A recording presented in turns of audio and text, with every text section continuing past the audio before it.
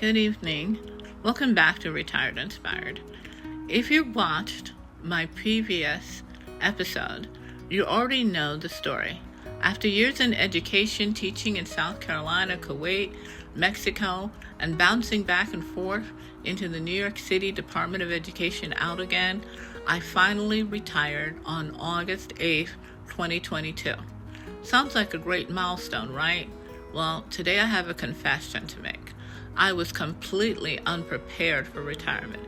And let me be real with you. I made some major mistakes that I don't want you to repeat. All the red flags were right in front of me. I borrowed a huge chunk of my retirement savings. My years of moving between different jobs enriched me culturally, but it drained my pension. I hadn't fully established myself financially before taking the leap. I was totally unprepared for the transition, and almost immediately after retiring, reality hit hard. My expenses were high. The world kept telling me that people are living longer, and I had to ask myself, had I just made the biggest mistake of my life?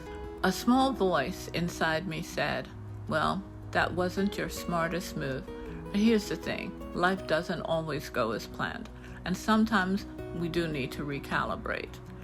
I started Plan B. Well, honestly for me, it was Plan ZZ. I went back to work in Newark Public Schools as part of a teacher in their retired teachers program.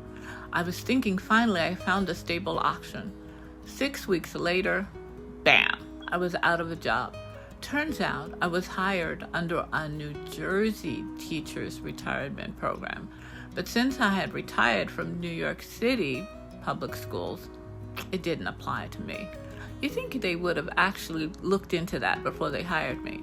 So I was back to square one. Then I received a position in Albany as a dual language kindergarten teacher.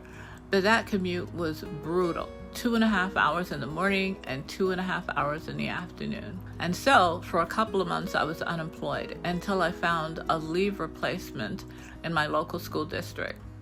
Year one of retirement was absolutely chaotic. And I even did summer school that year instead of resting.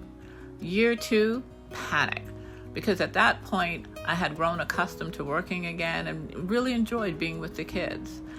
It took me a couple of months before I was able to secure a role as another leave replacement. And I worked there for the entire year, and they told me that they would hire me back. But 3 weeks before school started, I received a letter that my position had been abolished. And I didn't even know it until a coworker told me. So as you can see, retirement isn't just about leaving your job. It's about what comes next and being prepared for it. And so before you take the leap, ask yourself, is this the right time to retire? Have I paid off all my major expenses? Am I financially prepared for emergencies, health problems? Do I have a cushion to protect me as well as my loved ones? What does that retirement actually look for you? If you were a teacher like me, New York City Department of Education actually took a couple of months before they activated our pension. And so I want to make sure and help you along this journey so that you don't make the mistakes that I made. And I want to tell you, there's more to the story. So if you want to know what happened, please stick with me. Subscribe to my channel, Retired Inspired. Drop a comment below so we can keep the conversation going. And follow Retired Inspire on Facebook.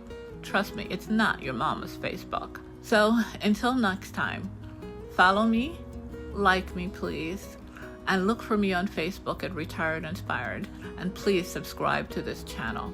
Let me help you prepare better for your retirement. Let me help you enjoy your current retirement.